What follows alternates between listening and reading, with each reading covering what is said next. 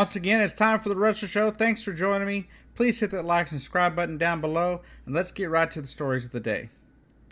This episode is basically just going to be my end of June state of the WWE kind of comments and give you my thought on the last month of WWE programming. Overall, as a fan for the last, basically most of the month of June, I have enjoyed WWE, except for how they ended the Women's Money in the Bank ladder match. I thought that was a bit lame. Other than that, it's been pretty good. Raw's been steadily getting better, it seems like. SmackDown seems to be getting better. But I really wish they would bring back some more people, or at least focus on more people than just, the 5 or 6 people in each show they seem to focus on each week. The cruiserweights do appear to be doing better.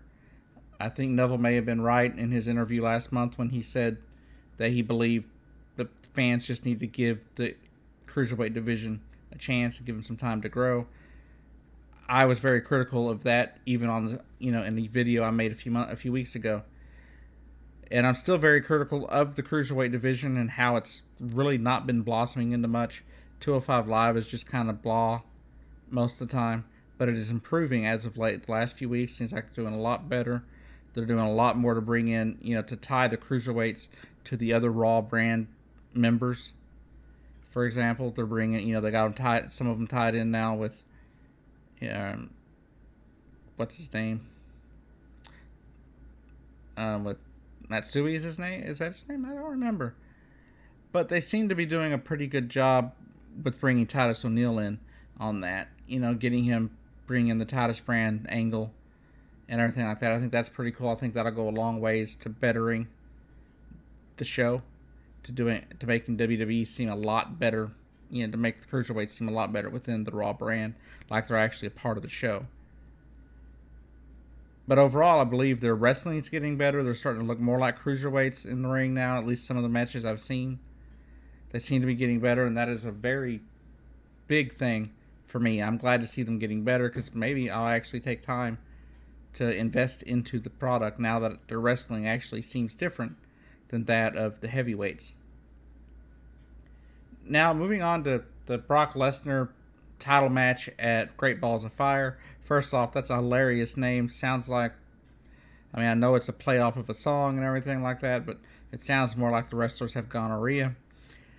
But, you ask me, that's kind of funny. It's just one of those funny things. It's a funny name. But we had that fatal 5-way at the last pay-per-view for Raw that dictated who would win, whoever won that would go on to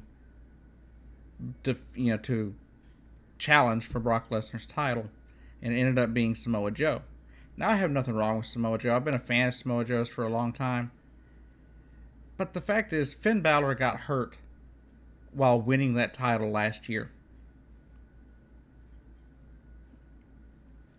And the day after he won it, he had to give up his title. Why? Because he got injured. Now, I know injuries happen and people get left behind because of injuries. But Samoa Joe had just really got to Raw, really, when Finn Balor came back and when all of a sudden this title shot came back. Maybe they just felt Samoa Joe was ready for a push. I don't know. I think Finn Balor should have been pushed instead of Samoa Joe, because Finn Balor had held the title before. And I think it would be fun to watch Finn Balor fight Brock Lesnar. I think that'll be entertaining, because it's fun to have contrast between whoever is wrestling. The last thing I'll mention is that I think SmackDown's doing pretty good. But could we make a few tweaks to how they're running the women's division? Carmella's great and all, and Carmella's good, but do we really need to make her look like she's that stupid and that weak that the No Chinian had to crawl up the ladder to grab the thing for her? That makes her look weak. It doesn't make her look strong. It makes her look weak. And she's trying to be a heel, and a heel doesn't need to look weak. A heel should look strong. At least when Kane helped Seth Rollins win the Money in the Bank ladder match, he didn't climb the ladder to get it for him. He just held the ladder steady. Thus, he still looks like he was strong enough to climb the ladder. And I have no problems with James Ellsworth. I like James Ellsworth. I enjoyed watching him when he was wrestling. I have no clue why they turned him heel, unless they were just trying to get the fans to hate him so much that they had a reason to fire him. I don't know. But it just seems ridiculous that you would have somebody crawl up the ladder to win. To crawl up the ladder, just take the belt or the title, the contract, and hand it to Carmella. That's just ridiculous.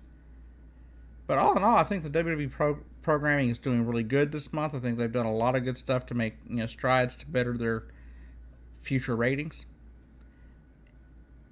And if you haven't been watching, I suggest you give it at least give SmackDown a watch, because overall SmackDown still seems to be more entertaining. Because you have AJ Styles at least, and next week apparently John Cena will be back on SmackDown, at least for next week. Hopefully he's there for a while anyway. And that is really all I have for this video. That's just my thoughts on it. They seem to be improving. And if you like this video or like the type of video, let me know. Let me know how I can improve on it. I know it may seem a little boring at this point. I don't have a lot of energy at this moment. But let me know if you'd like to see it for other states of, as it were. And I wanted to give a quick little update. Next week I will start back with my top 4 series that I had started a few months ago, and we will run through some top jobbers from the Attitude Era, some top stars from the Attitude Era, and I'll also have a video next week about The Undertaker. So y'all have a great day, and have a wonderful weekend coming up. And since I won't have a video out until after the holiday next week, happy 4th of July to those of you that are here in America. Have a great day.